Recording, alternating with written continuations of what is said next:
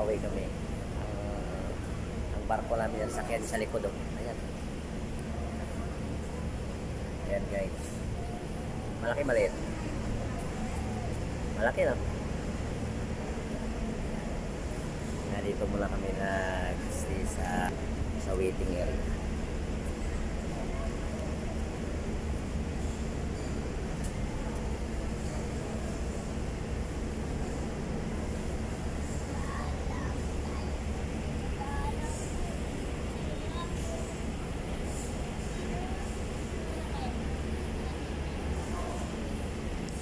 Parang konti yata uwi ano? Kasi konti lang sila no? Konti lang. Hindi talagang hindi tulad ng pag-uwi ni Jody. Ay hati ko sa terminal doon sa Alabang. Ang grabe ang panangkal doon. Sa pa yun, Roro. Marami talaga din, mura-mura. Ah. Makano bang Roro? Medyo mura yan kaysa sa barko talaga. Kasi doon ka lang din sa bus. Pero kung totoosin lang, ang layo, parang parehas lang din eh. Iloilo at saka yung Juan, Bacolod, di ba? O saan? Relax ka lang no?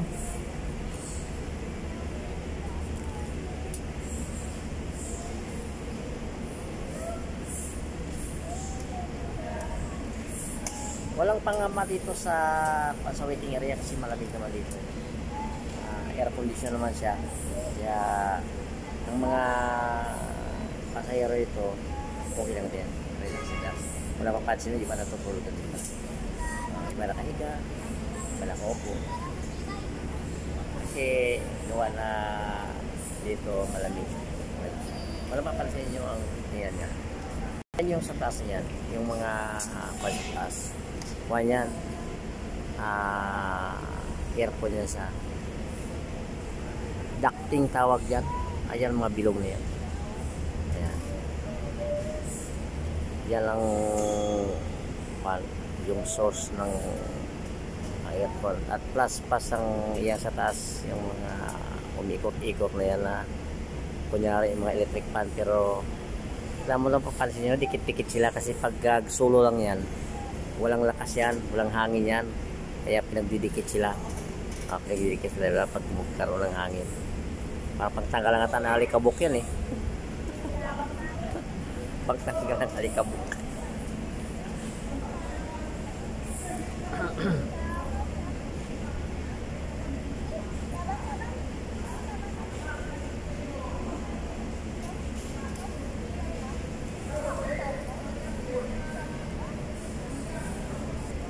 At siyempre, pag meron kayong natutunan at nagustuhan sa video ito, huwag niyo kalimutan i-subscribe, follow, i-share.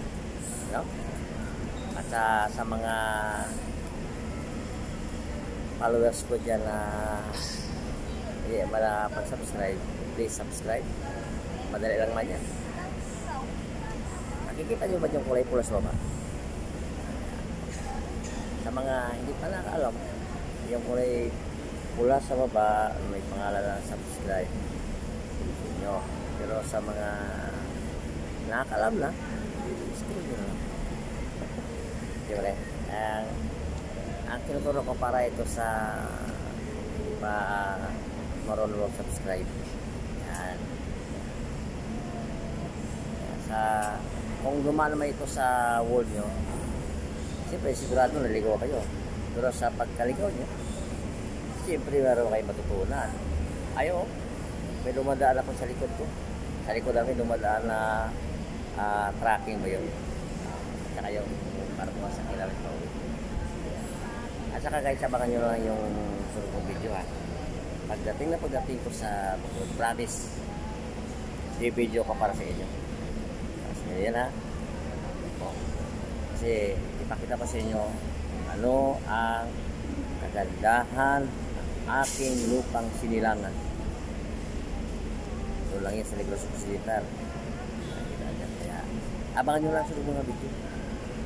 At huwag nyo kalimutan ha, subscribe, like, and share. Kasi ang isang like nyo makakatulong sa akin yan. Pag-subscribe nyo, nakakatulong sa akin yan. Malaking tulong yan. Kasi ito pag-cartoon, malaking tulong yan. Kaya, please subscribe. At saka sa ating mga kapag-creator dyan, kapag-vlogger, guys, magtulungan tayo. Huwag tayo matakat sa puba. Maghatakat tayo, mataas. Huwag puba, di ba? Yan, ganun lang. Ganun lang.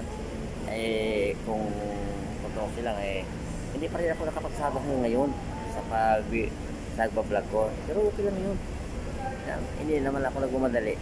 At saka sa mga nagmamadali dyan, huwag kayong madali ha.